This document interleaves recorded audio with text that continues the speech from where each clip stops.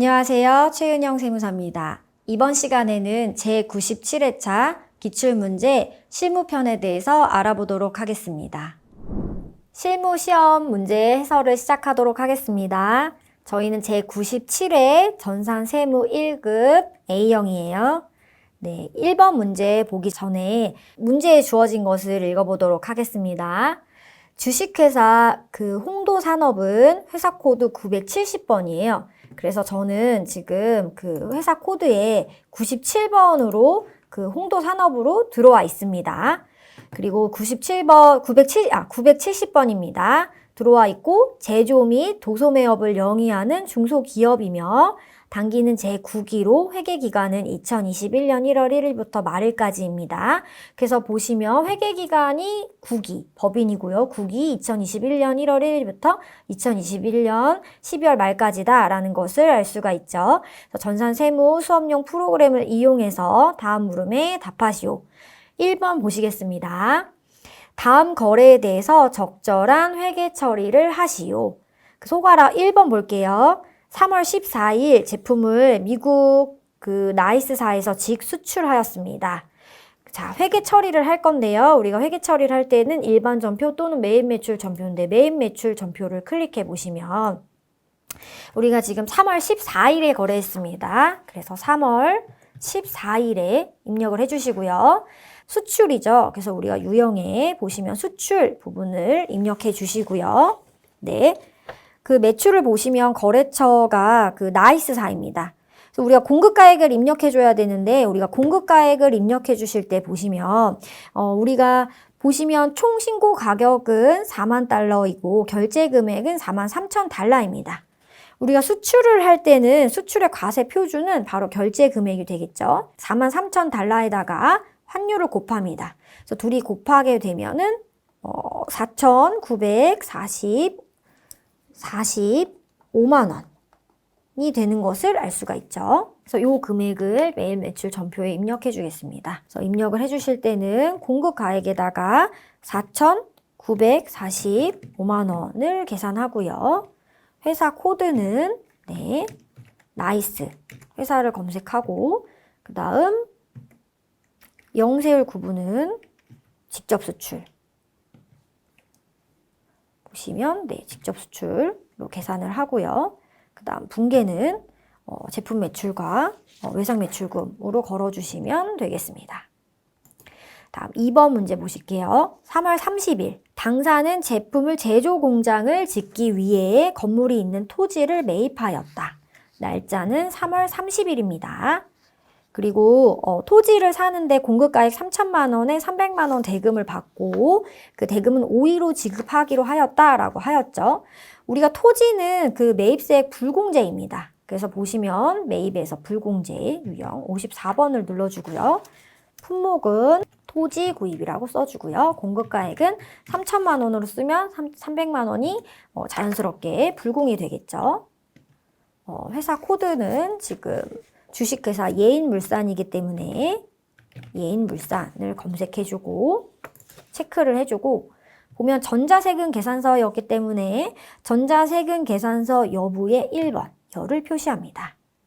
불공제 사유는 면세이고요. 분계는 혼합으로 해서 차변에 토지를 구입하였고 대변에는 미지급금으로 5일 후에 지급받기로 했으니까 미지급으로 걸어주도록 하겠습니다. 3번 문제 보시도록 할게요. 4월 17일 당사가 5%의 지분을 소유한 주식회사 연준으로부터 현금 배당을 받았다. 이거는 부가세와 상관없으니까 우리가 일반 전표를 열도록 하겠습니다. 일반 전표를 열어서 날짜는 4월 19일로 입력을 해주고요. 현금 배당과 주식 배당을 받기로 하였다고 합니다. 그래서 4월 19일에 현금 배당을 어떻게 받았나요? 보통 예금 및 주식 배당은 주식으로 받았습니다. 그러면 차변에 보통 예금이라고 써주고요. 그 다음에 금액은 800만 원이라고 써주고 대변에는 배당금 수익이라고 잡아주겠죠? 계정 과목을 찾아서 배당금 수익을 찾아서 계산을 해줍니다. 배당금 수익 네, 똑같이 찾아주고요. 그 다음 주식 배당 같은 경우에는 주식 배당 100주 액면가액 10,000원에 받았다고 해요.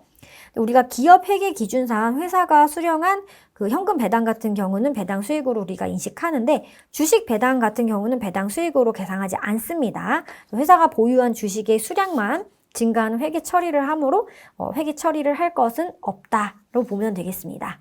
4번 문제 조금 위로 올려볼게요.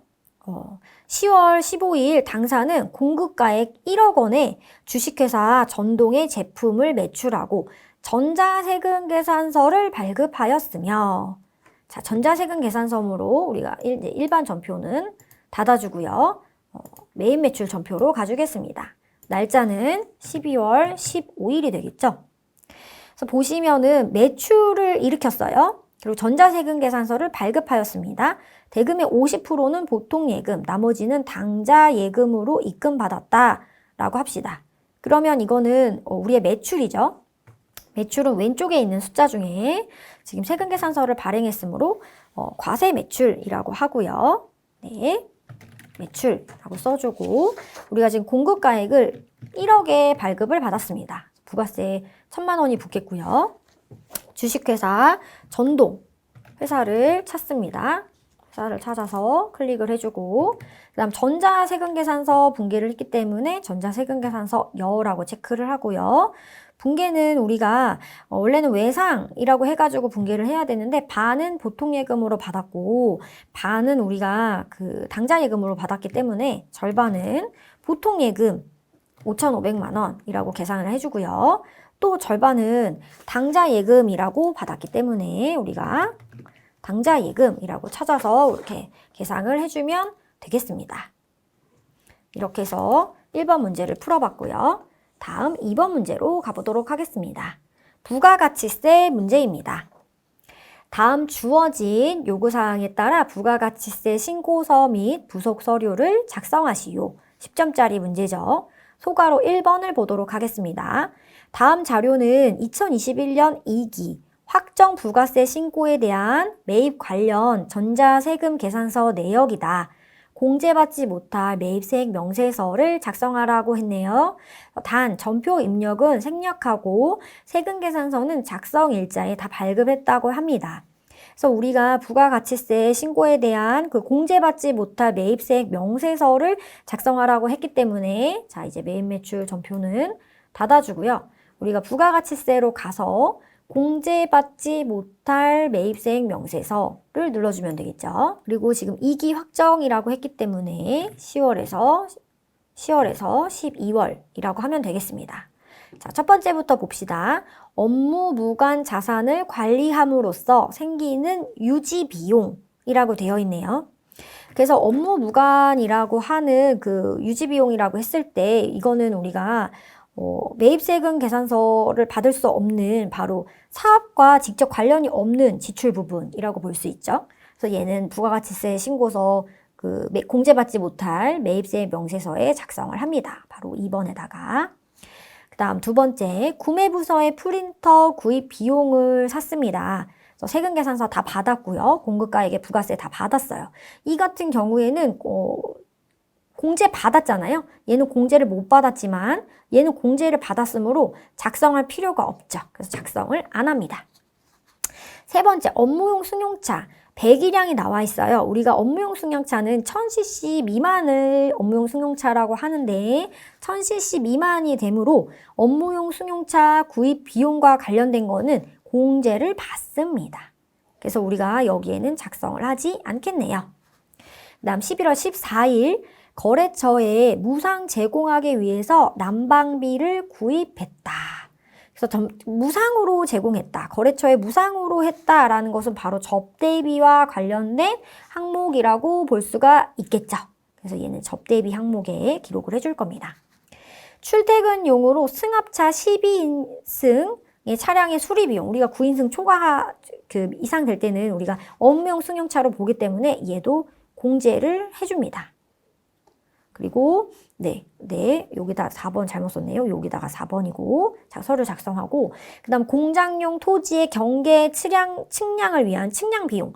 토지와 관련된 거는 뭐죠? 토지와 관련된 것은 그 토지의 자본적 지출 관련이기 때문에 얘도 서류에 작성을 해줍니다.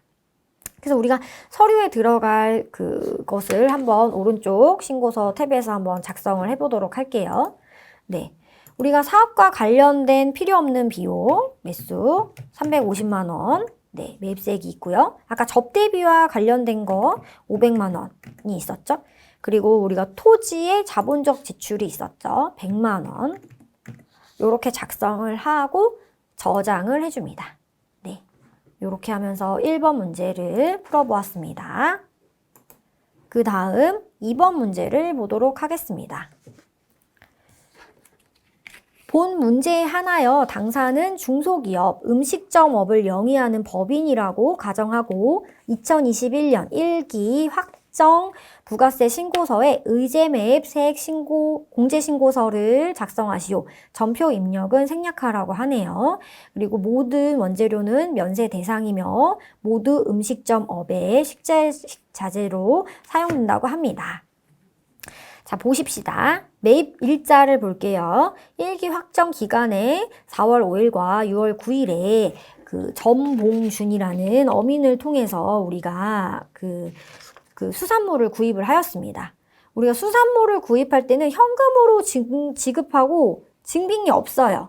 의제매입세 공제 신고서 공제 받을 수 있을까요? 네, 받을 수 없습니다. 그래서 얘는 작성하지 않을 거예요. 두 번째 보겠습니다. 더 K푸드에서는 사업자 등록번호로 농산물을 샀고 매입 가격 720만 원에 계산서도 받았습니다. 그리고 1기 과세 기간에 의제 매입과 관련된 제품 매출액은 예정 신고 기간에 1억, 확정 신고 기간에 8천만 원 발생하였다. 그래서 예정 신고 기간 의제 매입에 적용된 매입 가액은 5,200만 원이며 의제 매입 공제액은 200만 원이다. 라는 것을 알 수가 있죠.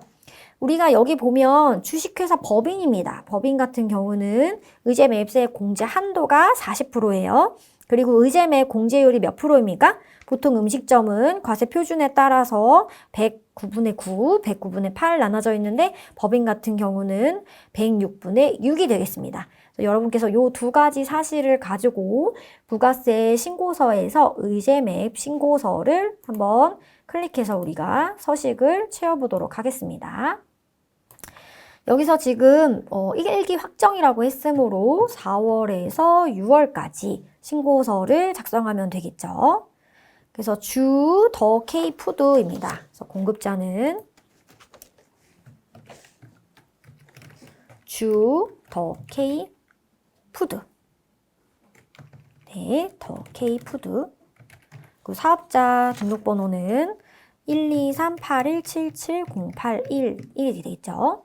그래서 언제 샀냐면 2021년 6월 9일 날 샀고 보면 계산서로 우리가 샀습니다. 품목은 농산물인 것을 알 수가 있고요. 농산물 그리고 수량은 우리가 아까 500장이라는 것을 여기서 알 수가 있죠. 그리고 매입가액은 우리가 720만 원. 썼고 공제율은 106분의 6입니다. 이렇게 알 수가 있어요. 그리고 우리가 과세 표준도 알아야 되죠. 과세 표준 예정일 때는 요 문제 보시면 여기 왼쪽에 1억 원이다. 그리고 확정 신고 때는 8천만 원이다. 라는 것을 알 수가 있고 우리가 예정 신고 때 이미 공제받은 신고분이 있습니다. 200만 원. 이렇게 신고를 받았죠. 단기 매입액은 기존에 단기 매입액 받은 금액이 있기 때문에 5,920만 원이 되겠습니다. 네, 공제율은 106분의 6이 맞고요. 이렇게 작성하셨을 때 보시면 전체 과세 표준 매출액 1억 8천이 써져 있는지 확인하시고 단기 매입액은 기존에 매입받은 5,200만 원에다가 720만 원이 더해졌는지 확인해 보시고 공제율이 106분의 6이 되셨는지 한번 보시고 우리가 의제 매입 공제액 이미 1기 예정 때 받은 게 200만 원 있다. 그래서 공제 납부할 전체 세액이 130만 원 정도 중에 우리가 이번에 의제 매입 받을 세액이 40만 7,547원인 것이다 라고 알 수 있고 이것을 저장하면 되겠습니다. 네, 저장 완료하면서 이번 문제 풀어보셨습니다. 다음 문제 보도록 하겠습니다. 3번. 다음 주어진 자료를 보고 2021년 제1기 확정신고 시 대손세액 공제신고서를 작성하시오 라고 했네요. 대손세액 공제신고서를 작성한다 라고 보시면 일단 여러분께서는 대손이 가능하지 않은지 요건을 먼저 따져보셔야겠죠. 그래서 채권 요건에서 부가가치세가 과세되는 그 요건이 되는지, 대손 사유, 예를 들면 부도 발생일로부터 6개월 지난 채권인지, 그리고 그 기간 내에 5년 안에 우리가 공제받는 것인지, 그리고 확정신고서와 우리가 대손세액 공제신고서를 작성한다라는 것을 알 수가 있겠죠. 보시면 부속 명세서에서 대손세액 공제신고서를 클릭해 줍니다. 그리고 우리가 2021년 1기 확정신고라고 했으므로 4월부터 6월까지다 라고 보시면 되겠죠. 네, 하나하나씩 먼저 살펴보기 전에 한번 알아보도록 하겠습니다. 2017년 10월 1일에 주식회사 미래로부터 외상 매출금이 있었어요. 770만 원입니다. 4월 21일에 소멸시효가 완성되었습니다. 이것은 우리가 부가가치세법 대손 사유에 해당이 되죠. 그래서 소멸시효 완성이 되었기 때문에 얘는 대손 세액공제신고서에 작성을 해줍니다. 두 번째 볼게요. 2019년 12월 5일 주식회사 오늘무역 외상 매출금 220만 원의 대손 금액이 있었습니다. 부도 발생일이 2020년 10월 8일입니다. 부도가 6개월 경과 아까 됐다 그 얘기 했는데 6개월 경과가 됐죠? 이 친구도 작성을 해줍니다. 세 번째, 장내 교역에서 2020년 10월 9일에 교역하고 받을 어음 거래가 있었는데요. 부도 발생일이 21년 5월 10일입니다. 6개월이 넘었나요? 6개월이 넘지 않았으므로 이 친구는 작성을 하지 않습니다. 다음 네 번째, 2020년 11월 30일 내일식품과 외상 매출금 금액 550만 원 거래를 했습니다. 파산법에 의한 파산으로 회수가 불가하다고 해요. 우리가 회생 계획 인가의 결정 또는 법원의 면책 결정에 따라 회수 불능으로 확정된 채권일 경우에도 대손을 해주기 때문에 요건을 만족한다. 채무자의 파산, 강제 집행 이런 경우에도 다 만족을 합니다. 그래서 이 경우에는 작성을 해주게 되겠죠. 밑에 대손 처리된 대손 채권 회수 내역을 볼게요. 전기에 대손세액 공제를 받았던 주식회사 태양에 대한 외상 매출금 550만 원을 2021년 3월 15일에 회수하였다. 이미 대손세액 공제를 받았죠. 그런데 회수하였습니다. 이럴 땐 우리가 어떻게 입력해 주나요? 네, 마이너스 계정으로 우리가 입력을 해주게 되겠습니다. 그러면 지금부터 오른쪽에 한번 작성을 한번 해볼게요. 그래서 대손 확정일은 2021년 4월 25일이 되겠고, 우리가 이거는 소멸시효 완성된 날짜이기 때문에 대손 금액 770만 원이라고 써줍니다. 그리고 거래처는 미래상사라고 작성을 해줄게요. 미래상사. 그리고 대손 사유는 소멸시효 완성이죠. 6번 소멸시효 완성. 네. 그리고 그 다음 두 번째 대손 확정일 우리가 6개월 후이기 때문에 2021년 네, 4월 9일이 부도 발생일로부터 6개월 후입니다. 계산해 보시면 10, 11, 12, 1, 2, 3 네, 계산하실 수 있으시고요. 금액이 220만 원입니다. 그리고 여기 거래처는 주식회사 오늘무역이라고 작성해 주시면 되고요. 얘는 보시면은 부도 6개월 경과가 됐죠? 5번 부도 경과에 눌러주시면 되고요. 그 다음 우리가 내일식품의 경우 날짜가 어떻게 되죠? 6월 15일 파산법에 의해서 파산해서 회수가 불가하다라고 했어요. 대손 확정일은 파산 선고받은 6월 15일이 되겠고요. 금액은 550만 원이 되겠습니다. 그리고 거래처는 네, 내일식품이라고 써주시고요. 파산에 의해서 우리가 회수 불가됐기 때문에 파산 이라고 작성해 주시면 되겠습니다. 그리고 아까 2번에서 대손세액 공제 받았던 주식회사 태양이 다시 회수가 됐잖아요. 2021년 3월 15일에 회수되었다라고 해왔기 때문에 2021년 3월 15일에 회수가 되었고 이 금액은 마이너스로 작성해 줍니다. 250만 원 작성을 해주고요. 거래처는 아까 대손 공제 받았던 태양 주식회사 태양이라고 작성을 해주고요. 이거는 7번 직접 입력의 대손 채권 회수라고 작성해 주시면 되겠죠. 이렇게 해서 대속세액 공제 신고서를 작성하시고 저장을 눌러주시면 됩니다. 다음 문제 보도록 하겠습니다. 3번 다음에 결산 정리 사항에 대해서 결산 정리 분계를 하거나 입력을 하여 결산을 완료하시오 문제입니다. 소가로 1번 문제 보겠습니다. 다음은 제2기 부가가치세 확정 신고와 관련된 자료이다. 입력된 데이터는 무시하고 다음의 자료를 이용하여 12월 31일 부가가치세 확정 신고와 관련된 계정을 정리하는 회계 처리를 하시오.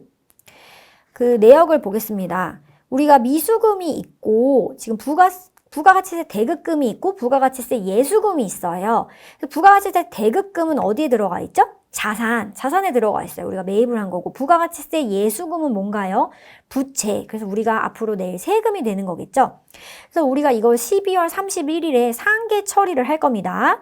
그리고 미수금 잔액은 전액 2기 부가가치세 예정 신고 미환급 세액이다 라는 것을 알려줬죠.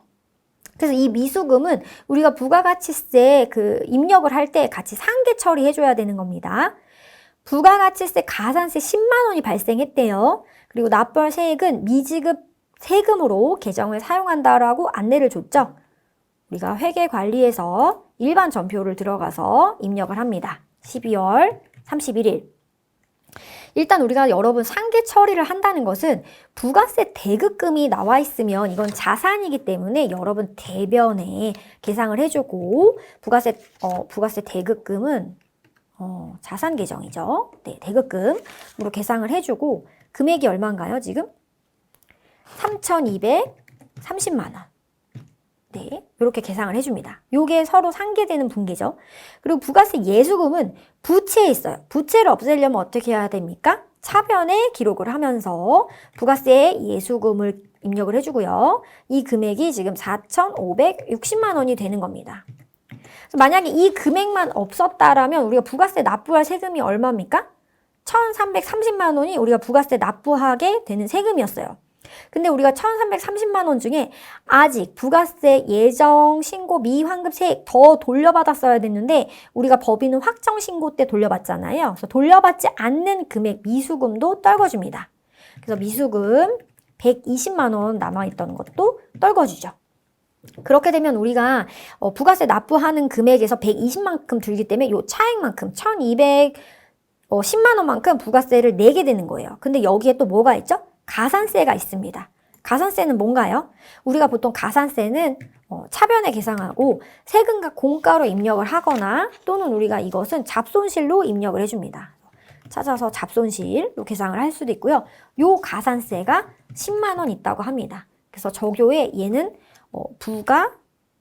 부가가치세, 가산세가 되겠죠. 여러분의 이해를 돕기 위해서 이렇게 10만 원을 늘리면 우리가 내야 되는 부가가치세 예정 금액이 늘어나게 되겠죠. 그래서 아까 우리가 부가가치세 예정 금액은 어디에 써주라고 했냐면 미지급 세금 계정을 사용한다라고 했기 때문에 미지급 세금 계정을 사용하고 납부할 미지급 세금은 1,220만 원이 된다라는 것을 알 수 있겠죠. 이렇게 3번의 1번 문제를 풀어보았습니다.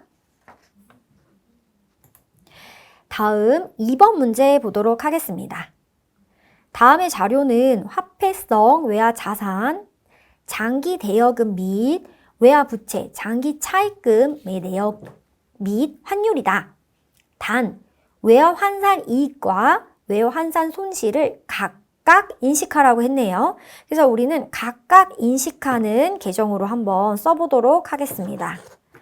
여러분 보시면 우리가 장기 차입금이나 장기 대여금이 어떤 계정 과목인지 아시면 좋을 것 같은데, 우리가 차입금 같은 경우는 뭐죠? 바로 부채입니다. 그래서 환율이 올라가거나 내려가면 유리하거나 불리한 게 자산이랑 반대로 이루어져요. 그리고 대여금은 뭐죠? 돈 빌려준 거죠. 자산이라고 볼 수 있어요.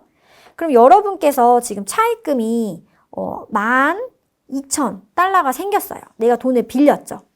근데 2020년 12월 말에 보시면 1210원으로 계상되어 있습니다.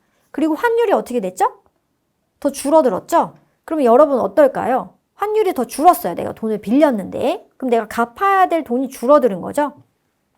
부채는 이익이 생깁니다. 그럼 반대로 자산 같은 경우는요. 내가 돈을 빌려줬어요. 28,000. 근데 환율이 떨어졌어요. 그럼 내가 현금으로 받을 한화의 가치가 떨어지는 거죠. 그럼 얘는 손실이 되겠구나 정도는 아실 수 있겠죠. 이런 식으로 이익과 손실로 나눠진다. 그럼 얼만큼 이익과 손실로 나눠지느냐.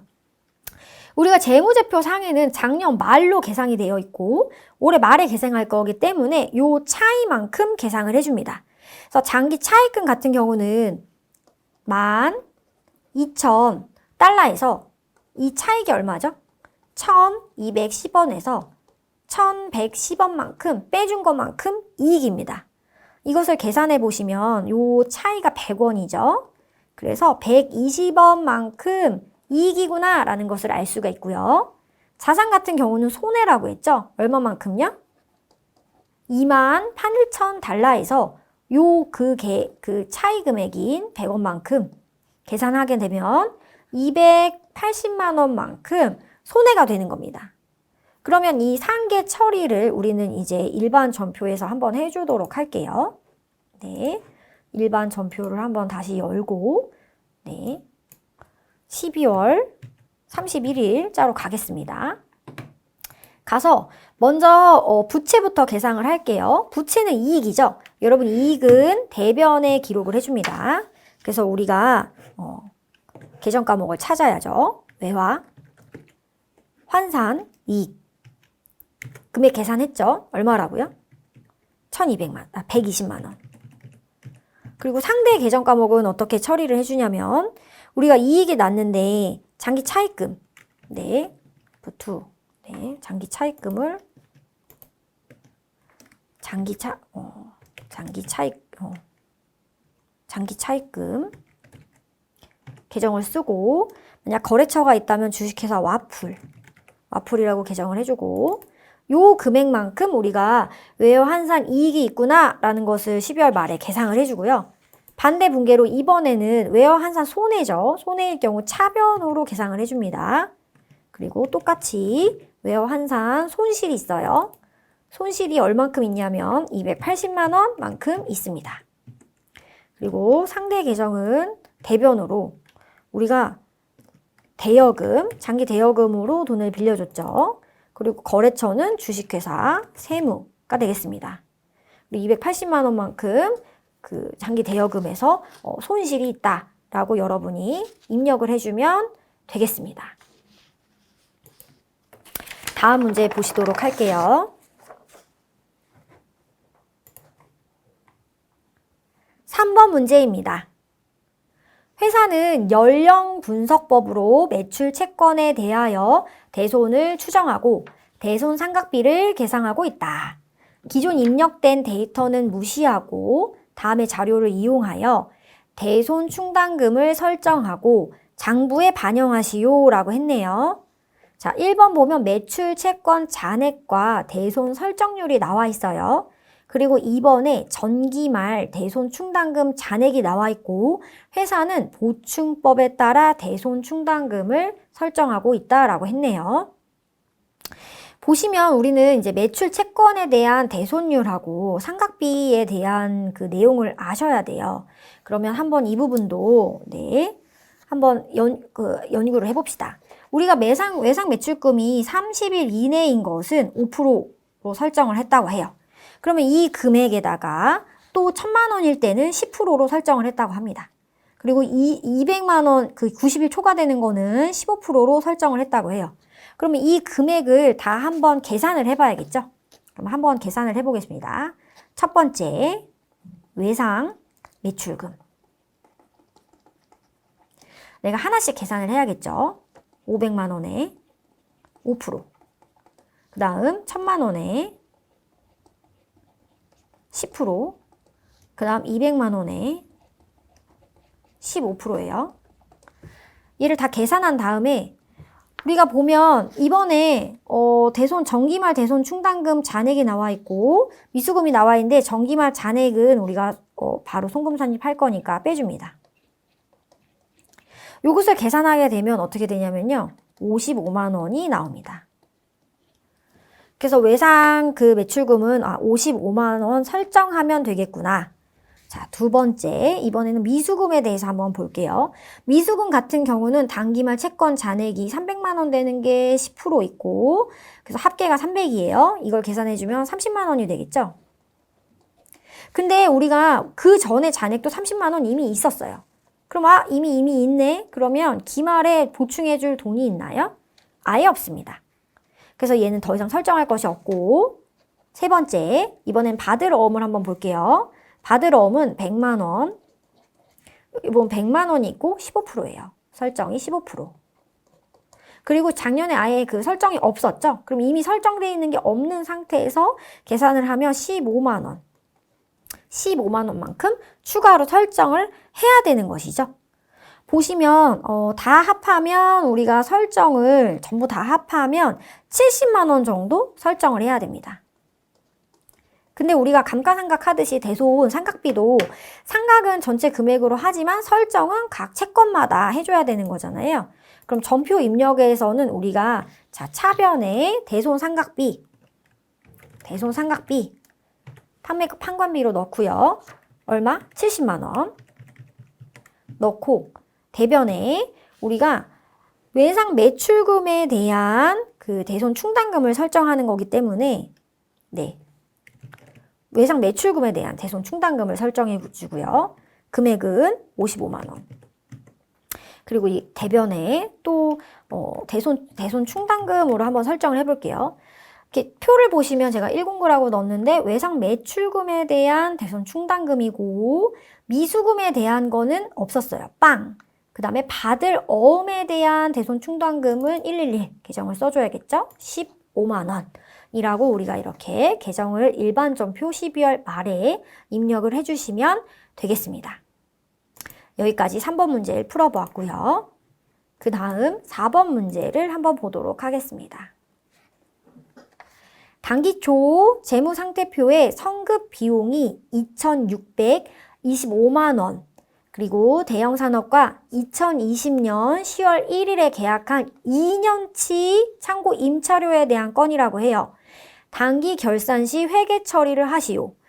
이번 시험 문제에는 예외적으로 되게 계산 문제가 많이 나왔네요. 그래서 이것도 여러분이 한번 계산을 해봐야 합니다.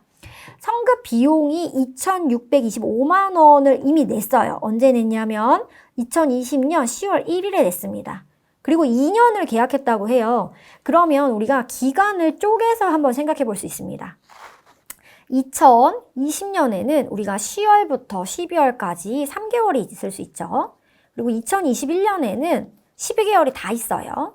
그리고 2022년에는 나머지 9개월이 있겠죠. 이렇게 해서 전체 24개월에 대해서 우리가 성급 비용을 내고 우리가 그 2,625만 원을 냈습니다. 창고비 임차료에 대해서요.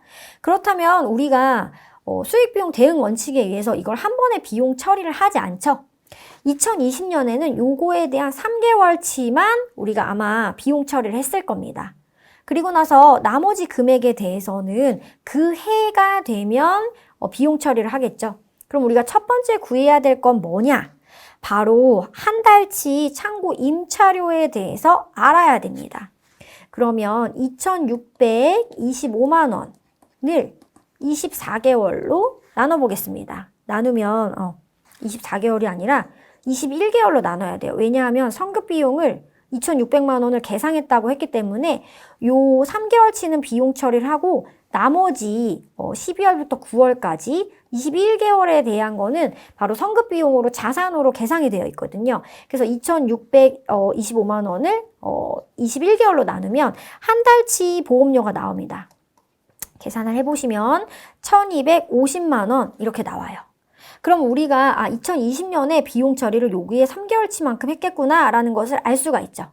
그리고 2021년에는 그중 몇 개월치를 비용 처리한다. 이 중에 곱하기 12개월을 곱한 금액만큼인 1,500만큼을 비용 처리한다 라는 것을 알 수 있습니다. 그래서 여러분이 그 지출하신 금액을 2년에 걸쳐서 각 해마다 비용 처리를 한다는 것을 알 수 있고요. 이것을 이제 일반전표에 가서 입력을 해보도록 하겠습니다. 입력을 할 때, 12월 31일자로 오고요. 우리가 비용 처리를 할 거기 때문에 차변에 우리가 임차료로 입력을 하겠습니다. 임차료. 얼마냐면 비용으로 1,500만 원. 그리고 대변에는 우리가 성급 비용으로 계상을 했다고 해요. 그러면 성급 비용. 계정과목 자산하고 상계 처리하면서 주식회사 대형 하고 성급 비용에 계상이 돼 있겠죠. 요 비용으로 계상하면서 비용 처리를 하고 자산에서 상기해주는 계정과목으로 처리하면서 분계를 해주시면 되겠습니다. 여기까지 3번 문제를 모두 풀어보았습니다.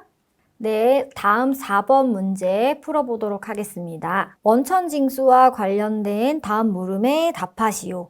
우리가 원천징수와 관련된 문제는 연말정산이라든지 퇴직금이라든지 이런 문제들 나오는데 이번에는 연말정산과 관련된 문제가 출제되었네요.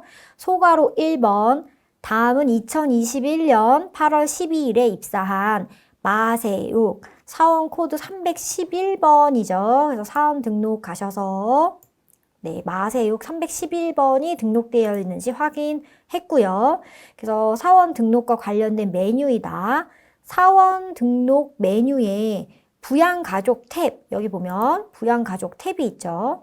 여기 부양가족 탭에서 탭을 작성하고 기본공제 대상이 아닌 경우 반드시 기본공제에 불호하여 입력하고 연말정산 추가자료 입력의 메뉴에서 소득명제 탭, 월세 주택 임차 탭, 연말정산 입력 탭을 작성하시오라고 했네요. 그러면 부양가족에서 기본사항에서 그 부양가족 그 가족 명세가 있어요. 여기에서 우리가 부양가족들을 한번 입력해 보도록 하겠습니다. 그래서 가족 관계 증명서가 있죠. 그래서 본인은 이미 입력이 되어 있고요. 그 다음에 부모님, 그 다음에 자녀, 그리고 배우자라고 이렇게 되어 있는데 한 명씩 순서대로 입력해 보도록 하겠습니다.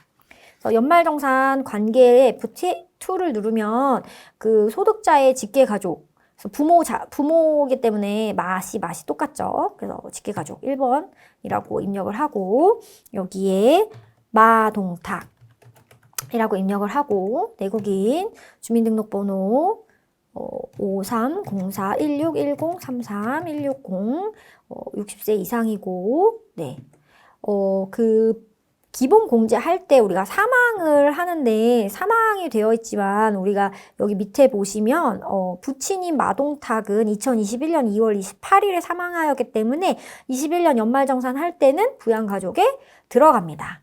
그 다음 엄마 양지순 부양가족 이고요. 주민등록번호는 571201233014라고 나와 있죠. 그리고 부녀자 부양가족 공제를 할 때 우리가 그 기본 공제를 할 때 보시면 여기 모친인 양지수님 어머니는 무직으로 소득이 없으나 2021년 주택을 처분하여 양도소득 200만 원이 발생하였다라고 되어 있어요. 그래서 어머니는 여기서 부양가족의 부를 체크해 줍니다. 그 다음 배우자는 3번이에요. 배우자 유지운 내국인 그리고 주민등록번호는 830630 입력을 해주고요. 배우자 그 다음에 자녀들은 자식은 보시면은 자녀 4번으로 입력할 수 있고요. 마연우 또 입력을 하고 주민등록번호 11052030812253. 네. 그 다음 자녀도 이어서 마연지를 입력해 줄게요. 네. 그 주민등록번호를 눌러서 네, 200-315-403-2919가 되겠습니다. 그래서 자녀의 나이가 지금 10살, 1살 각각 되어 있어요. 자, 일단 가족들을 다 입력하고 나서 하나씩 읽어봅시다. 생계를 같이 하는 그 부양가족은 위에 그 가족명세서에 나오는 가족분이다. 그러면 우리가 벌써 1명, 2명, 3명, 4명, 5, 6명. 여기서도 1명, 2명, 3명, 4명, 5명, 6명을 다 입력해 준 것을 알 수가 있죠. 그럼 자녀 중에서 마연우는 장애인 복지법상 장애인이다. 그러면 우리가 여기다 장애인을 체크를 해줘야 된다는 걸 기억하시고요. 부친인 마동탁은 사망하여서 소득이 없었지만 부양가족에는 들어간다를 체크해 주시고, 모친인 양지수는 무직으로 소득이 없지만 양도소득이 있기 때문에 우리가 100만 원 초과분이 있으시면 부양가족의 부로 체크된다는 것을 기억해 주시고요. 마세유는 아래 제시된 근로소득만 있으며 배우자와 자녀는 소득이 없다. 만약에 배우자가 소득이 있었으면 배우자도 부가 됐겠죠.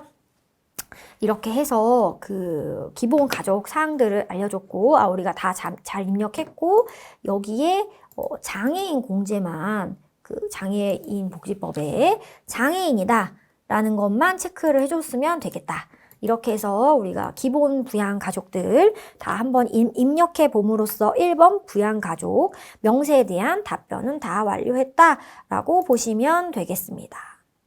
자, 2번 종전 근무지 자료가 있어요. 그래서 이제 문제를 보시면 위에 소득 명세 탭, 월세, 연말정산 탭을 입력하라고 했습니다. 그러면 우리가 이제 사용자 등록은 다 끝났고 연말정산 추가 자료에 가서 연말정산을 할 겁니다. 제가 지금은 불러왔는데 처음에 불러올 때는 이 사람이 아예 없어요. 그래서 처음에 올 때는 전체 사원에서 다시 불러오기를 한 다음에 얘가 뜨면 바로 그 마세용님에 대한 그 불러오기가 올 수가 있고, 소득 명세 탭에 지금 주식회사 홍도산업에서 연봉 3,025만 원을 봐주고 근로를 했다라는 것을 알 수가 있고요. 부양가족도 다 따라왔구나라는 것을 알 수가 있어요. 그래서 요 탭을 하나씩 채워가면서 한번 해보겠습니다. 보면 종전 근무지 자료가 있어요. 주식회사 3강에서 이제 일을 했거든요. 그래서 종전 근무지 자료를 우리가 입력해 주도록 하겠습니다. 종전 근무지는 소득공제 명세서에서 종전으로 입력을 하죠. 보면 주식회사 3강에서 일을 했다. 그리고 사업자 등록번호는 여기 보시면 주식회사 3강의 등록자 번호 나오죠. 똑같이 입력을 해줍니다. 110-86-32502. 그리고 근무 기간이 2021년 1월 1일부터 2021년 7월 31일까지 근무했네요. 보시면 8월 12일에 이직했구나 라는 것을 알 수 있고요. 급여는 보시면 2,450만 원의 급여가 있었고 상여가 400만 원이 있었다라는 것을 알 수 있어요. 그리고 4대 보험료는 아래로 쭉 내리시면 우리가 4대 보험료를 입력해 줘야 됩니다.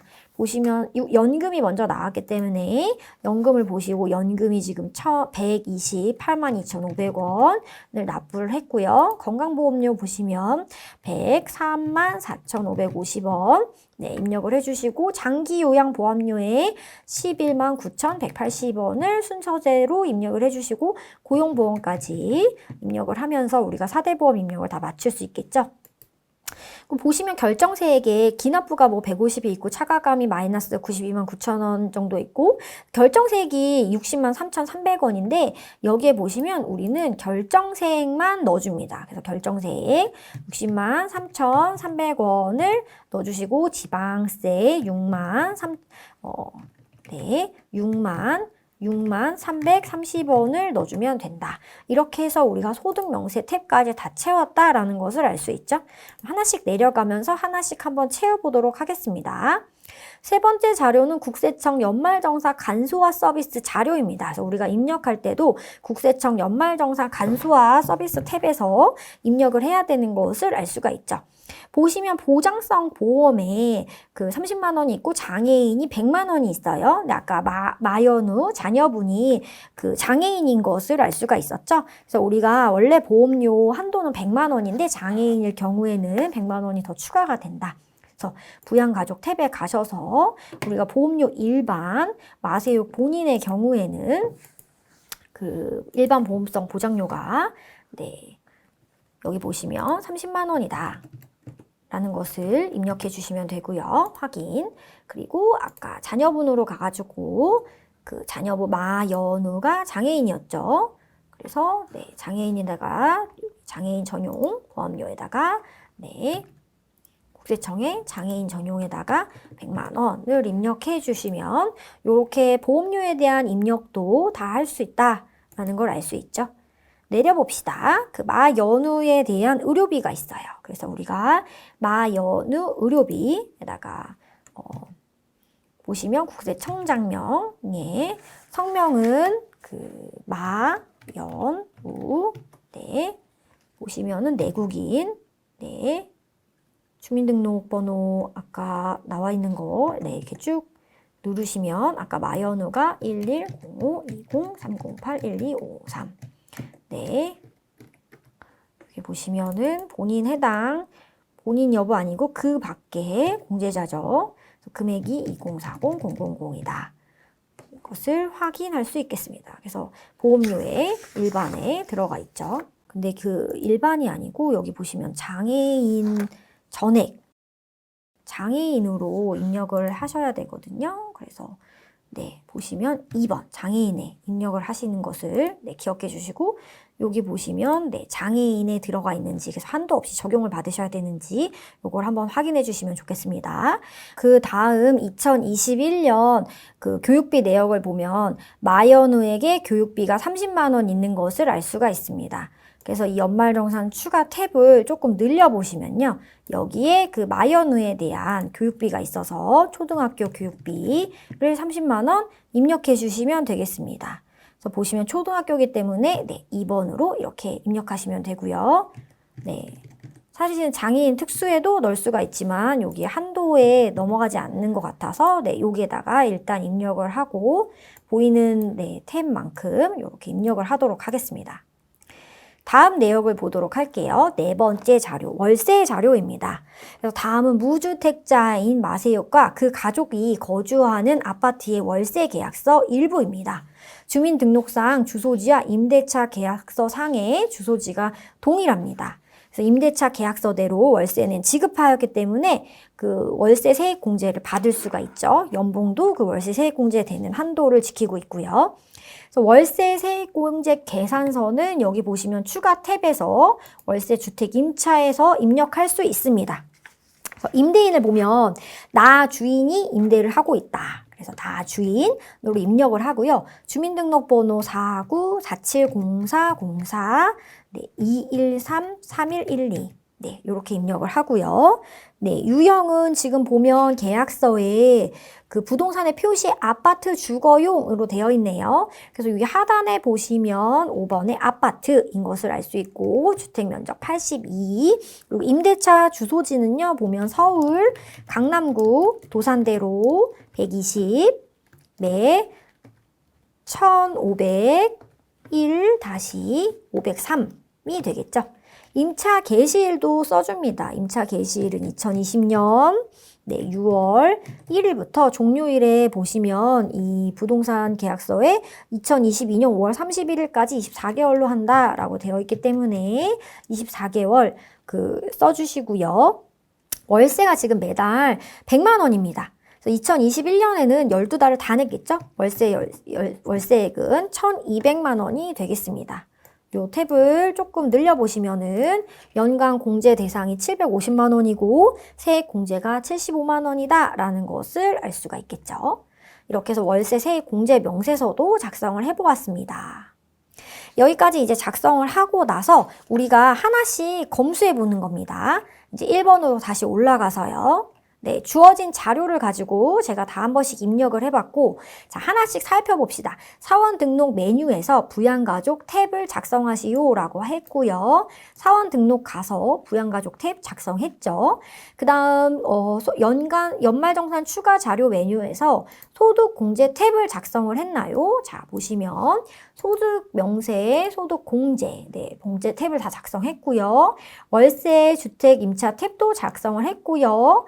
연말정산 입력에도 다 반영이 되어 있는 것을 확인해 보실 수가 있습니다.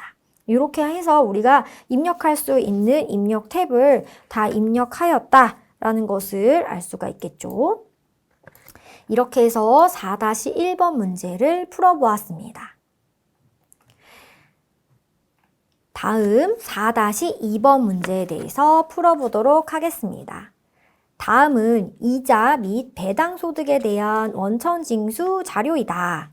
다음의 자료를 이용하여 기타 소득자 등록 및 이자 배당 소득 자료 입력 메뉴에 대한 자료를 입력하시오.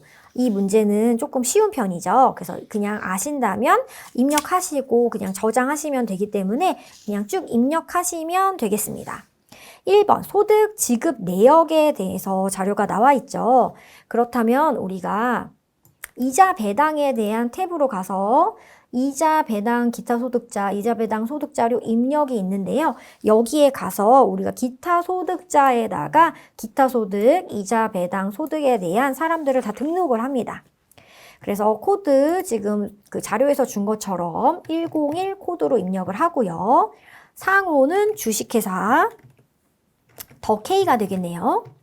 그리고 거주 구분은 거주자이고, 보면은 그 2번에서 주식회사 더 K에 지급한 이자 소득은 단기 차입금에 대한 것이며, 주식회사 더 K는 내국법인으로 금융업을 영위하지 않는다고 했습니다.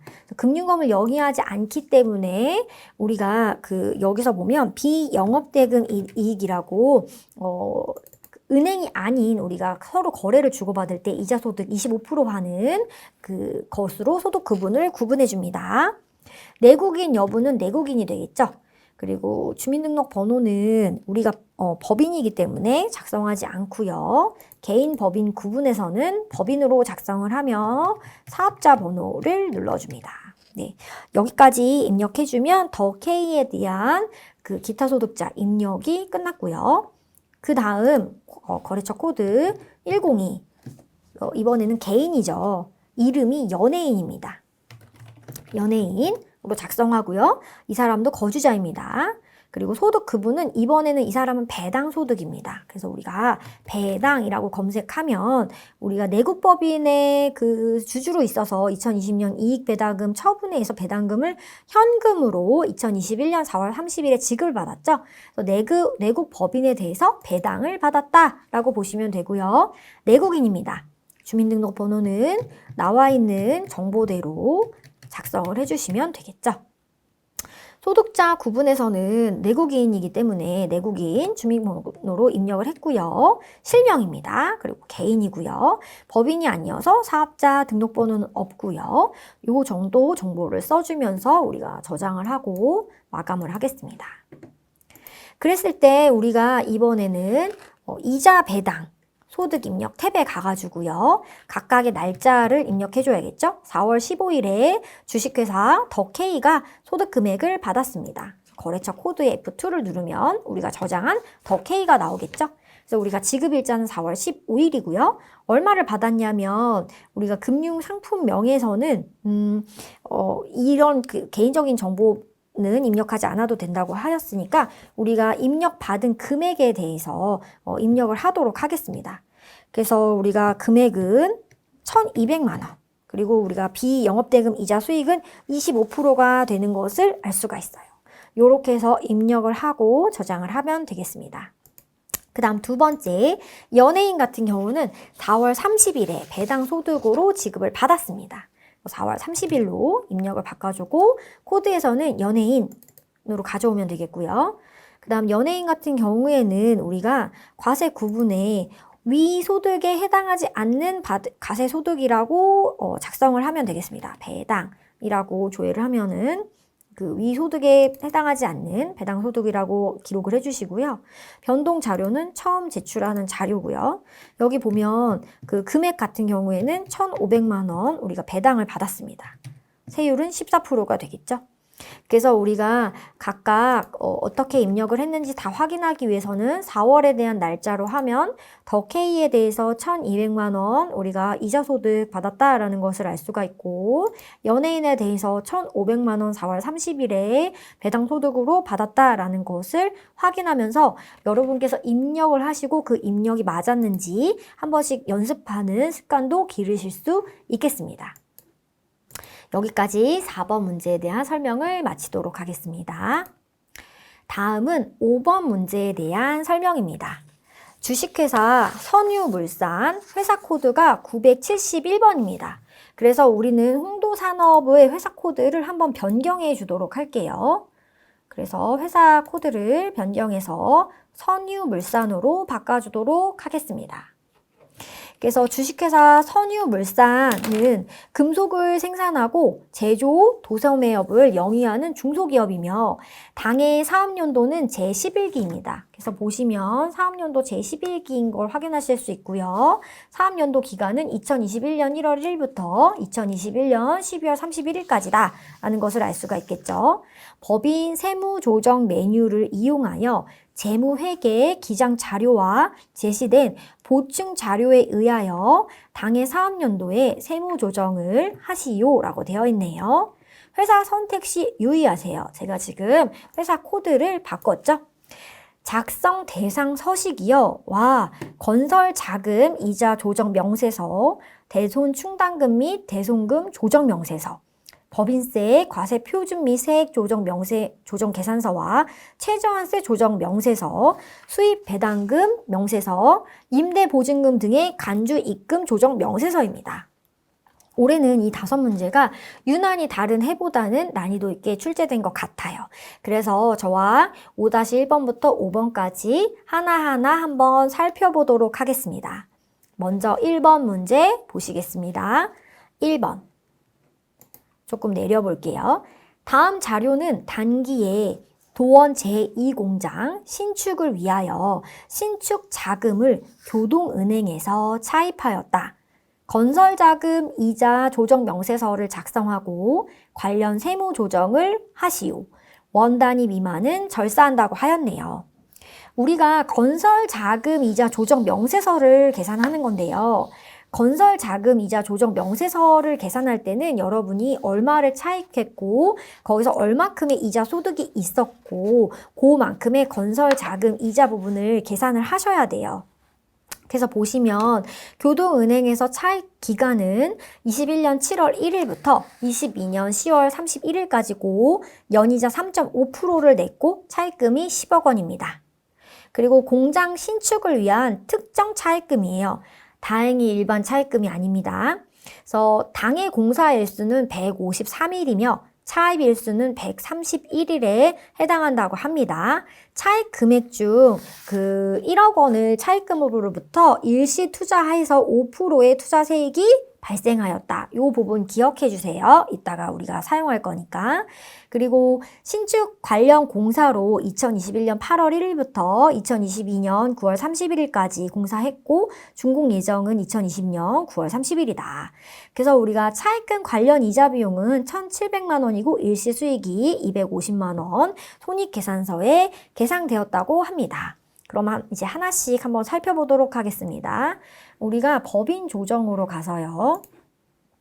법인 조정 탭에 우리가 그 건설 자금 이자 조정 명세서 요 탭을 우리가 하나씩 한번 작성해 보겠습니다. 먼저 작성하기 전에 우리가 얼마나 차입금 이자가 나올 것인지 한번 계산을 해보도록 할게요. 네. 우리가 우선은 이자 비용이 1,764만 3,835원 생겼는데 이 중에서 일시적으로 이자 수익이 나왔습니다. 사실은 지급 이자는 일시 이자 수익 부분을 차감합니다. 그래서 우리가 이 지급 이자에 써줘야 될 금액은요, 바로 이 이자 비용에서 이자 수익이 빠져 있는 이 두 차이를 빼면 1,512만 3,200 88원을 우리가 계상해 줄 겁니다. 그리고 우리가 건설 자금 이자를 또 계산해 줘야 되는데요. 문제를 보면 우리가 차입은 184일 했지만 공사 일수는 153일입니다. 요 두 가지를 보면요. 우리가 이 이자 비용 중에서 우리가 건설 자금 이자로 송금불산입 해줄 자산에 대한 부분은요. 공사 기간에 대한 이자 비용입니다. 그럼 실질적으로 순이자 1,512만 3,288원에서 우리가 전체 그 공사 기간 차입일수 184일 중에서 153일만 건설 자금이자 송금불산입을 해줄 거거든요. 요것을 계산해 보시면 1,257만 5,342원이 되는 겁니다. 그래서 이 금액이 우리가 송금불산입 유보다 라고 우리가 조정명세서를 작성해 줄 겁니다. 그렇다면 우리가 이제는 건설 자금 이자 조정 명세서를 한번 계산해 보도록 하겠습니다. 보시면 건설 자산명을 입력해 주실 거예요. 네, 탭을 바꿔주고 건설 자금 명에서 우리가 도원, 이 공장, 신축 그리고 대출 기간명은 우리가 교동은행에서 빌렸습니다. 교동은행. 차입일은요. 2021년이죠. 2021년 7월 1일부터 차입금액 10억. 그리고 이자율 3.5%. 3.5%입니다. 지급이자는 일시 이자 소익을 차감한다라고도 알려줬네요. 여기서 1,511만 2천, 12만 3,288원. 네. 그리고 준공일 또는 예정일은 준공일은 여기에 2022년 9월 30일이라고 했고요. 공사 일수는 153일입니다. 그래서 대상 금액 건설 이자는요. 실질적으로 공사한 일수만큼 계산하기 때문에 1,257만 5,342원이 되겠죠. 그리고 일반 차입금에 대한 건설 자금 이자가 없기 때문에 우리는 건설 완료 자산분의 건설 중인 자산에 건설 자금 이자 1,257만 5,342원을 넣어주면서 마감하고 저장하면 되겠습니다. 우리가 이렇게 조정명세서를 하나 작성하면요. 잊지 말고 작성해야 되는 게 그 수익금액 조정 합계표 및 명세서를 작성을 해줘야 됩니다. 여기 보면 우리가 송금불산입 유보를 해줄 거거든요. 그래서 여기에 건설 자금 이자 아까 얼마였냐면 1,257만 5,342원이라고 작성하고 유보다 라고 작성을 하시면서 마감하는 습관을 가지시길 바라겠습니다. 그러면 이렇게 해서 1번 문제에 대한 설명을 마쳤습니다. 다음 2번 문제로 가볼게요. 5-2번 문제. 단기 대손금 및 대손 충당금 관련 자료는 다음과 같다. 단기 대손 충당금 및 대손금 조정 명세서를 작성하고 세부담이 최소화되도록 세무 조정을 하시오. 단 기본 자료는 무시하고 다음의 자료만을 이용할 것. 자, 1번 주어진 내역을 보면요. 단기 대손 충당금 변동 내역은 다음과 같다. 정기 2월액은 정기 대손 충당금 한도초가 500만 원이 포함되어 있다. 라는 것을 기억해 두시고요. 대손 충당금은 정기 2월액이 2천만 원, 단기 설정이 1,000만 원이고요. 그 다음 단기의 상계액이 각각 500만 원, 500만 원, 차기 2월이 2천만 원이 되는 것을 알 수 있습니다. 2번 내역을 보실게요. 대손 발생 내역은 다음과 같고 모두 대손 충당금과 상계 처리하였다. 3월 32일 외상매출금 중 채무자와 연락이 되지 않아 회수 불가능한 금액 500만 원을 대손 처리하였다. 그 채무자와 연락이 되지 않아 회수 불가능한 채권 500만 원을 대손 처리하였다. 이것은 우리가 대손 사유가 발생하는 대손 사유에 해당되지 않습니다. 대손 사유에 해당하는 것은 소멸시효가 완성된 채권, 일반적으로 소멸시효가 3년인데요. 그 다음 법에 의해서 소멸된 채권, 이런 채권들이 아니에요. 그래서 단순히 연락이 되지 않는 거는 사유에 해당하지 않는다. 두 번째, 5월 6일 매출거래처가 부도 처리되어 부도일로부터 6개월이 지난 부도엄 500만 원이 자, 부도일로부터 6개월이 지났습니다.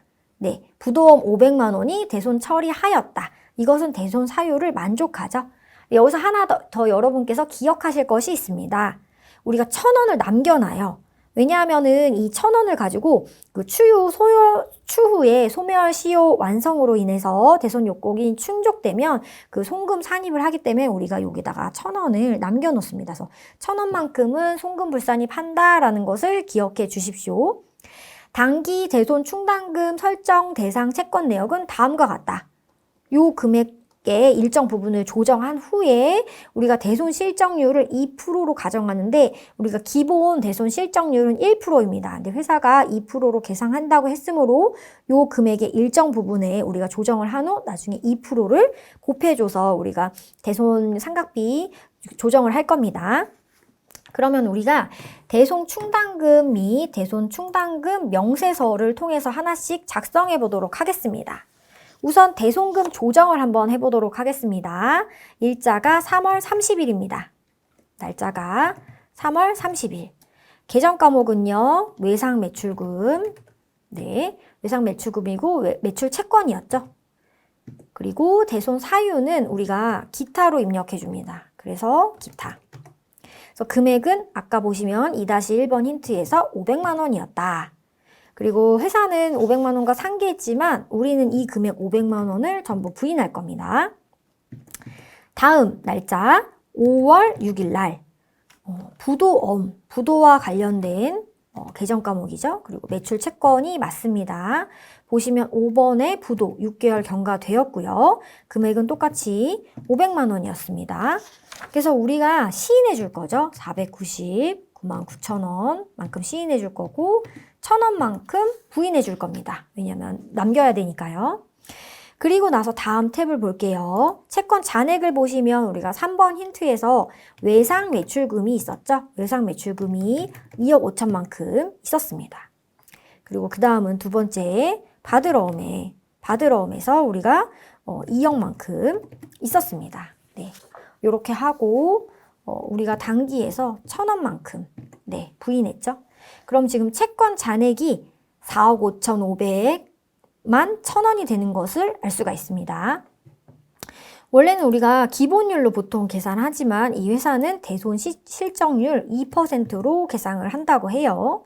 그래서 단기 회사는 1,000만 원을 계상했고 보충법에 따라서 1,000만 원을 추가로 더 계상을 하였습니다. 그리고 충당금 기초 잔액에서는 2,000만 원이 있었고요. 이 중에 전기 대손금 한도 초과 500만 원이 있었기 때문에 충당금 부인 누객에게 500만 원을 작성해 줍니다. 이렇게 함으로써 그 대손 충당금 및 대손금 조정 명세서를 작성하였고 저장을 누릅니다. 여기서 여러분이 이제 기억하셔야 될 세무 조정 계산서를 살펴보겠습니다. 그 여러분께서 만약 그 대손 부인액이 한도 초과가 500만 원이 있었다. 요 문제를 보자마자 부분 점수를 얻으시려면 얘는 바로 그 기수에 송금 산입을 해줍니다. 500만 원.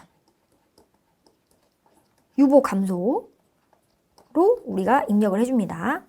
그리고 우리가 중간에 대손 처리 여기는 회사는 했는데 세무적으로는 인정을 안 해주죠. 그래서 손금 불산입 500만 원. 얘도 유보 발생으로 계산해 주고요. 500만 원은 인정해 주지만 1,000원은 인정해 주지 않습니다. 그래서 얘도 송금 불산입 1,000원으로 유보로 계상을 해야겠죠. 그리고 우리가 다 서식을 계산한 다음에 한도 초과가 생겼죠. 1,089만 9,980원. 그래서 얘도 송금 불산입 1,089만 9,980원. 얘도 유보가 생겨서 바로 이 부분은 전기에 다시 송금 산입으로 추인해주는 개정을 할 겁니다. 그러면 우리가 잊기 전에 문제를 한 문제 한 문제 풀 때마다 그 소득금액 합계표 및 명세서를 작성하도록 하겠습니다. 그래서 작성해준 그 표를 보고 자 전기에 바로 송금 산입해준다고 했죠. 그래서 보면 전기에 그 전기 대손 충당금 한도 초과 500만 원. 얘는 유보 감소가 되겠죠. 네. 그리고 나서 송금 불산입 우리가 이번에 그 대손금 부인액. 어디서 부인했죠? 그 외상 매출금 3월 30일 거래해서 네, 부인을 했죠. 네, 30일 거래해서 500만 원을 부인합니다. 유보 발생. 그리고 또 대손금 부인액 또 생기죠? 언젠가요? 5월 6일 네, 날짜로 1,000원. 이것도 유보 발생을 합니다. 그리고 이번에는 그 대손 충당금 한도 초과죠. 얼마죠? 1,089만 9,980원이 우리가 유보로 발생했다. 이 금액은 내년도에 바로 작년처럼 정기 대손금 한도 초과 송금 산입처럼 바로 계상해주면 되겠습니다. 그래서 여기까지 소득 금액 한계표 명세서를 작성하여 보았습니다. 다 지우고요. 다음 3번 문제 보겠습니다. 5-3번 문제. 입력된 자료는 무시하고 다음의 자료만을 이용하여 법인세, 과세 표준 미 세액 조정 계산서와 최저한세 조정 명세서를 작성하시오. 단 분납을 최대한 적용받기로 한다. 그러면 여러분 분납이 나오면 분납도 해줘야 된다라는 것을 하나 기억해 주셔야겠죠? 그래서 우리가 잊지 않기 위해서 분납도 한다라는 것을 기억해 주십시오. 결산서상 당기순이익이 나와 있는데요. 이것은 우리가 한번 실질적으로 그 법인세 과세 표준 및 세액 조정 계산서를 한번 들어가서 여러분과 입력을 하면서 한번 맞춰보도록 하겠습니다. 그래서 법인조정 2에 가시면 법인세 과세 표준 및 세액 조정 계산서가 있습니다. 이렇게 옮기고요. 자, 하나씩 살펴보도록 하겠습니다. 법인세 과세 표준 및 세액 조정 계산서. 문제에서는 결산서상 당기순이익이 2억 10만 5천 원이라고 했습니다. 그럼 똑같이 입력을 해주면 되겠죠? 네, 입력을 해줬습니다. 그리고 간단하죠? 보시면 그 탭마다 똑같이 입력해 주시면 됩니다. 입금 산입 2,815만 원. 네, 똑같이 입력해 주시면 되고요. 송금 산입 1,032만 원이 있다. 똑같이 입력해 주시면 되겠죠? 기부금 한도 초과액, 네, 순서대로 힌트를 하나씩 다 주고 있죠. 318만 원. 그 다음에 2월 결손금도 있어요. 2월 결손금은 살짝 생각을 하게 해주네요. 2008년도에 생긴 1,000만 원과 2020년에 생긴 2,500만 원이 있습니다. 여러분 여기서 찍을 수도 있어요. 둘 중에 하나 힌트가 나오면 둘 중에 하나는 안 될 수도 있겠다. 자, 10년이 넘었죠? 그래서 2008년은 이혼 결손금에 해당되지 않습니다. 그래서 우리는 2,500만 원만 이렇게 입력을 해줍니다. 중소기업 투자세액 공제, 최저한세 대상이죠. 그러면 우리가 세액공제 탭이 있는데 오른쪽에 가시면 감면세액, 제외공제 감면세액이 있습니다. 그래서 우리가 121번에 아주 순수하게 700만 원을 넣어줘요. 근데 이 세액은 아마 바뀔 겁니다. 그래서 이 세액은 바뀔 거다. 그래서 한번 표시를 한번 해줄게요. 요 최저한세 세액은 바뀔 거다. 이 부분은 약간 이해주시를 한번 해주시고요. 그리고 나서 다시 이어서 또 보겠습니다. 가산세가 150만 원 있다고 합니다. 그럼 가산세에다가 150만 원을 입력해 주고요. 그 다음에 원천 납부세액이 있다고 해요. 여기 보시면 그 기납부세액에 원천 납부세액이 있습니다. 보시면 여기 기납부 납부세액에 원천 납부세액 140만 원이 있다. 그래서 이거는 여러분이 하나씩 입력해서 따라가시다 보시면 나도 할 수 있겠다. 충분히 하실 수가 있어요. 이렇게 따라가는데 문제가 뭐죠? 최저한세 조정 명세서를 작성하시오. 그렇다면 일단 여기서 한번 저장을 눌러주시고요. 여러분이 최저한세를 손으로 직접 계산하실 수도 있지만 우리는 프로그램이 있습니다. 그래서 최저한세 조정 계산서를 피고요. 여기서 불러오기를 할 수 있습니다. 그러면 다 세액줄이 쭉쭉쭉쭉 불러와지는 거를 알 수가 있죠. 그리고 아직 아무 탭이 안 떴지만 우리가 여기서 세액공제 최저한세 되는 700만 원을 넣어주시면요. 바로 하나 창이 뜨죠. 보시면 조정감 111만 5,200원은 공제받지 마세요. 그래서 조정 후 세액을 보시면 588만 4,800원만 최저한세로 공제받으세요 라고 알려주는 겁니다. 그래서 얘는 이렇게 저장을 하고요. 다시 법인세 과세 표준 세액 조정 계산서를 가시면 여기에 아까 기억하신 숫자 588만 4,800원만 우리가 공제를 받는 겁니다. 이렇게 하시면은 우리가 법인세 신고서를 다 작성하셔서 마감하실 수까지가 있는 거죠. 우리가 아까 제가 동그라미 하나 쳤죠? 뭘 잊어먹지 말라고 했나요? 단, 분납을 최대한 적용받기로 한다. 그래서 여러분 분납을 하실 때는 여기다 1,000만 원이 넘어가시면 1,000만 원과 그 외의 그 금액 2,000만 원이 넘어가시면 절반으로 납부할 수 있습니다. 그럼 여기다 현금 납부에 분납할 세액을 아주 순수하게 383만 2천 원, 383만 1,200원 이렇게 계산하시면 안 돼요. 왜 안 될까요? 여러분 가산세는요 분납이 안 됩니다. 그래서 가산세를 잠깐 지울게요. 150만 원을 잠깐 지우면 이게 우리가 원칙적으로 분납할 수 있는 세금입니다. 여기서 233만 1,200원을 분납하고요. 다시 가산세를 입력해 줍니다. 그러면 가산세는 한 번에 내셔야 돼요. 그래서 본세는 처음에 1,150만 원을 내고요. 그 다음 중소기업 혜택이 될 경우에 2개월 후에 현금 납부를 233만 1,200원을 하게 되는 거겠죠. 저장을 해줍니다. 그래서 이 문제는 비교적 우리가 나와 있는 법인세 조정 문제 중에서 쉬운 문제라고 볼 수가 있겠습니다. 그러면 다음 문제도 풀어보도록 하겠습니다. 다음 문제 4번. 다음 자료를 참고하여 수익 배당금 금액 명세서, 수익 배당금 명세서 수익 배당 금액 명세서를 내용을 추가하여 작성을 완료하고 필요한 세무 조정을 하시오라는 문제네요. 네. 그래서 배당금 수치 현황이 나와 있고 주식회사 한다의 주식 내역과 주식회사 간다의 주식 내역이 나와 있습니다. 그래서 여러분 수익 배당금 명세서 어떻게 보시면 여러분께서 되게 생소한 조정 명세서다라고 볼 수 있는데요. 우선 수익 배당금 명세서의 큰 의미에 대해서 한번 설명을 해드려 보겠습니다. 수익 배당금 명세서라는 거는요. 우리가 A 법인이 있어요. A 법인이 B 법인에 투자를 합니다. 그럼 A 법인에서 예를 들어서 당기순이익이 100원이었고 법인세로 10원을 냈다고 해요. 근데 A 법인이 B 법인에 90원만큼 투자한 거예요. 그러면 B 법인에서도 9원의 세금을 냈겠죠. 근데 A가 100% 투자해서 했다고 합시다. 그러면 이때는 여기서도 세금을 내고 여기서도 세금을 내고 이중 세금 문제가 발생하기 때문에 A가 B 법인에 만약에 100% 투자했다라고 하면 사실은 이 세금이 다 중복되어 있는 세금이거든요. 법인세는 포괄주의이기 때문에. 그래서 이 세금의 9 정도를 우리가 입금 불산입으로 계산해줘가지고 조정을 해주거든요. 그래서 이거는 우리가 지주회사냐 지주회사가 아니냐에 따라서 또 조정이 되고 내가 100% 지분이냐 50% 지분이냐 30% 지분이냐에 따라서 입금 불산입 율이 달라집니다. 그래서 지금 보시면 일단은 유동화 전문 및 지주회사는 아닙니다. 참 다행입니다. 유동화 전문 회사가 아니기 때문에 우리가 그냥 주권 상장 법인 기준이라고 보시면 될 것 같아요.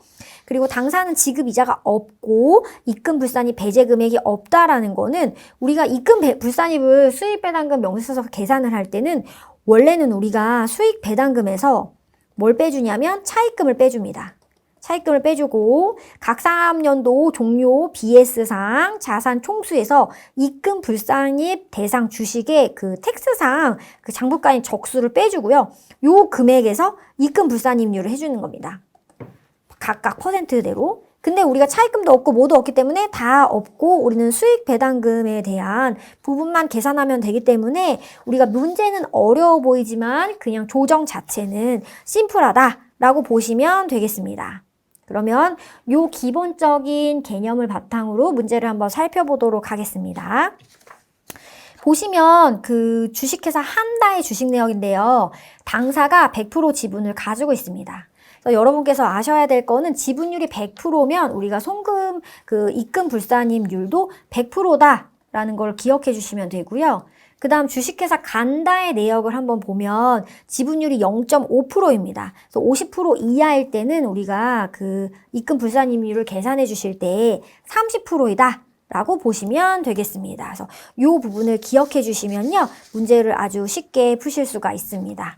그러면 우리가 조정 명세서를 펴고 한번 하나씩 작성을 하시면서 살펴보도록 하겠습니다. 수입 배당금 명세서를 통해서 하나씩 살펴보도록 하겠습니다. 네.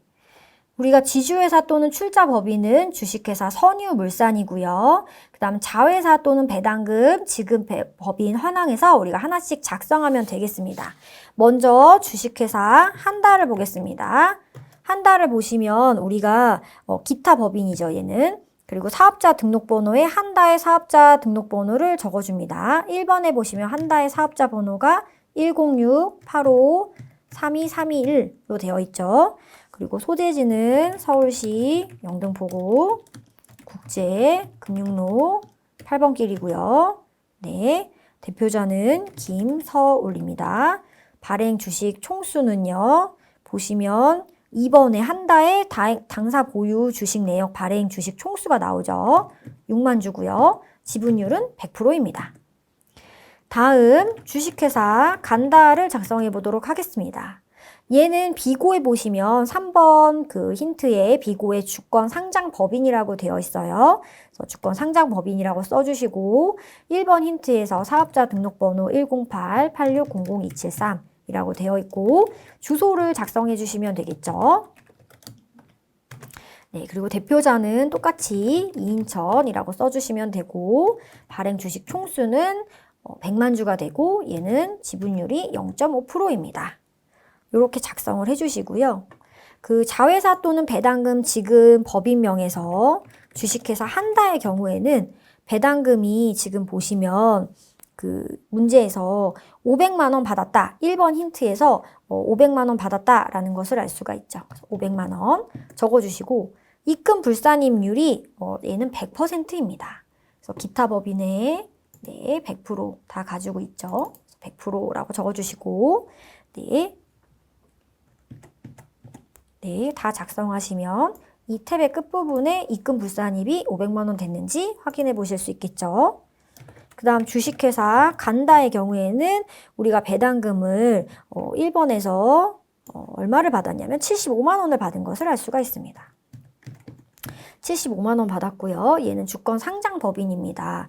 그래서 우리가 지분이 별로 없어요. 그래서 주권 상장에서 30% 받는다. 그래서 22만 5천 원인 것을 알 수가 있고 네, 끝에 보면 입금 불산임액이 22만 5천 원 되는 것을 알 수가 있죠. 그래서 우리가 이렇게 수익 배당금 명세서를 작성하시면 꼭 잊지 말고 기억해야 되는 것이 있습니다. 요 금액만큼 우리가 수익금액 조정 명세서 합계표를 가시면 여기에 그 수익 배당금에 입금 불산입을 해야 되기 때문에 입금 불산입은 이쪽에 입력을 해주시고 수익 배당금 네 주식회사 한다. 아까 얼마였죠 우리가? 네 500만 원. 얘는 기타가 됩니다. 따로 관리는 안 해요. 네 수익 배당금 이번엔 주식회사 간다. 네. 22만 5천 원. 얘도 기타로 입력을 하면서 여러분께서 문제를 풀 때마다 수익금액 조정 합계표 및 명세서를 입력하신다는 것을 기억해 주시면 좋겠습니다. 다음 문제 보겠습니다. 5번의 5번째 문제. 다음의 자료를 이용하여 임대보증금 등의 간주 입금 조정 명세서를 작성하고 세무 조정을 하시오. 단 기존의 데이터는 무시하고 제시된 자료로 계산하며 이 문제에 한정하여 부동산 임대법을 주업으로 하는 영리내국 법인으로서 차입금이 자기 자본의 2배를 초과하는 법인으로 가정한다 라고 했네요. 이런 힌트는 왜 주었을까요? 먼저 임대보증금 등의 간주 입금에 대한 그 이해를 하시면 좋을 것 같아요. 그래서 우리가 부동산 임대법인을 하면서 그 우리가 이런 조정을 하는 법인의 요건 대상이 있습니다. 먼저 첫 번째, 부동산 임대업을 주업으로 해야 합니다. 그리고 두 번째, 차입금이 과다여야 합니다. 그래서 차입금 적수가 자기 자본 적수의 2배를 초과하는 법인이 되셔야 하고요. 세 번째는 부동산상의 권리를 대여하고 임대보증금을 받은 경우입니다. 그래서 보시면 여기는 그 임대업을 주업으로 해요. 첫 번째 조건 만족하고요. 두 번째, 그 차입금을 2배로 하고 있죠. 그래서 주업으로 하고 있고 차입금 2배로도 하고 있고 부동산상의 권리를 대여하고 임대보증금도 받고 있습니다. 그래서 이 법인은 보면 임대보증금 등의 간주 입금 조정 명세서를 작성하는 대상의 법인이다. 그렇다면 이걸 어떻게 계산해야 되는지도 한번 살펴볼게요. 그래서 계산 방법은 해당 사업연도에 보증금 적수를 다 더합니다. 보증금 적수. 그래서 우리가 조정 탭에서 보증금 적수를 한번 계산해 볼 거예요. 그래서 여기서 임대부동산의 건설비 상당 적수를 뺍니다. 건설비 상당 적수를 빼요. 빼고요. 여기서 우리가 정기 이자율을 곱합니다. 이자율을 곱해요. 그리고 나서 우리가 365일 중에 윤년이면 366일이겠죠. 얘는 1년을 365일로 할 거예요. 그리고 여기서 임대 사업 부분에서 발생된 금융 수익을 또 빼줍니다. 이런 산식을 가지고 우리는 이제 계산을 해줄 거예요. 그래서 보시면은 이자율도 있죠. 이자율 1.2%. 그리고 운용 수입도 있죠. 280만 원. 그리고 그 이자 수익 중에서 임대 보증금 운용 수익이 나오고 여기 보면은 보증금 적수와 건설비 적수를 할 때 우리가 면적이 필요합니다. 그래서 임대 면적이 20제곱미터 중에서 보증금이 감소했다가 다시 늘어나서 20제곱미터가 안 됐다가 늘었다가 하는 조정도 할 거고요. 이 보증금에 대한 적수도 계산하면서 우리가 서식을 구할 겁니다. 그럼 한번 이번에는 세무 조정하는 것을 직접 입력하면서 하나씩 알아보도록 하겠습니다. 네, 임대보증금 등의 간주 입금 조정 명세서를 작성하면서 한번 여러분들과 이 계산 산식을 구해보도록 하겠습니다. 먼저 우리는 임대보증금의 간주 입금 조정에서 임대보증금 등 적수와 건설비 상당 적수를 구할 건데요. 이거를 구하기 전에 먼저 적수 계산을 해줘야 됩니다. 그래서 보시면 임대 면적이 들락날락한 거랑 그 부분들에 대한 계산을 먼저 해줄게요. 보시면 우리는 1월 1일자에 네, 건설비 보시면 건설비 상당액이 전기 말에 4억 원 정도 있다. 4억 원 정도가 있다는 것을 넣어주고요. 365일로 우리가 계산을 하죠. 그리고 면적 등에 대한 적수를 계산해 줍니다. 그래서 먼저 기초를 계산해 주는데 1월 1일에 입실 면적이 20제곱미터였고요. 그 다음 중간에 감소를 해요. 4월 30일에. 감소를 해서 퇴실 면적이 6제곱미터가 되고 6월 1일에 다시 입실을 하죠. 그래서 평균 면적이 면적에 대한 적수가 이렇게 나옵니다. 임대 면적 등에 대한 적수 계산을 할 건데 1월 1일에 총 면적이 20이고 누계기 20이고 365일이죠. 그래서 전체 면적 중에 이만큼을 임대를 했다라는 것을 알 수가 있죠. 이렇게 입력을 하고 나면 임대보증금 간주 입금에 건설비 상당액 적수가 나오는 것을 알 수가 있습니다. 그러면 우리가 면적도 날짜로 그 적수 계산을 했는데 임대보증금도 날짜별로 적수 계산을 해야 되니까요. 먼저 1월 1일에 우리가 기초가액에 전기 2월에 6억 원 정도 2월된 금액이 있었습니다. 그리고 나서 4월 30일에는 임대료가 감소를 했죠. 감소를 했어요. 퇴실, 반환액 2억 원. 그리고 다시 6월 1일에 보증금이 증가했습니다. 입실 3억 원. 이 증가된 것을 알 수가 있죠. 그래서 임대보증금 적수 계산을 통해서 우리가 234,000,000,000이 임대보증금 적수가 되는 것을 알 수 있고 건설비 상당액 적수는 건설비 상당액 적수 계산을 통해서 입력한 것을 알 수가 있습니다. 우리가 그 임대보증금 임대수익 명세서에서도 그 이자 수익이 그 1,350만 원이 나왔었고요. 그리고 수익금이 280만 원 있는 것을 똑같이 입력을 해주고 나면 기타 수익 금액이 나오는 것을 알 수가 있습니다. 요렇게 임대 보증금 등의 간주 입금 조정 명세서를 다 작성을 하시고요. 저장을 눌러주시면 됩니다. 보시면 여기 계산한 금액에 입금 산입 부분 21만 9,397원이 우리가 입금 산입으로 기타 사회 이출로 입력해야 되는 금액이니까 소득금액 조정 명세서 그 조정 합계표 및 명세서에서 잊어버리기 전에 입력을 해줍니다. 임대 보증금, 네, 간주 입금을 계산해주죠. 21만 9,397원. 얘는 기타 사회 유출로 입력을 해주면 됩니다. 그리고 나서 빠져있는 부분이 없는지 다 한번 체크를 해주시고, 네, 저장을 하시고 닫으시면 됩니다. 그래서 여러분께서 5번 문제를 1번부터 5번까지 다 풀고 나시면 1번 문제에 건설 자금이자 부분이 있었고 2번 문제에서 대손금, 부인의 그 부분이 다 입력되어 있는지 확인하시고 3번은 법인세 문제였기 때문에 조정은 없었고 4번에 수익 배당금, 5번에 임대보증금, 간주입금까지 그 소득금액 조정 합계표 및 명세서가 모두 다 입력되어 있는지 확인해 주시면 좋겠습니다. 그래서 이렇게 해서 여러분께서 문제를 푸시고 한 번씩 검수하는 실력까지 갖추시면 이번 전산 세무 1급에서 꼭 합격하실 거라 믿습니다. 지금까지 강의 들어주셔서 감사하고 꼭 좋은 결과 있으시길 바라겠습니다. 감사합니다.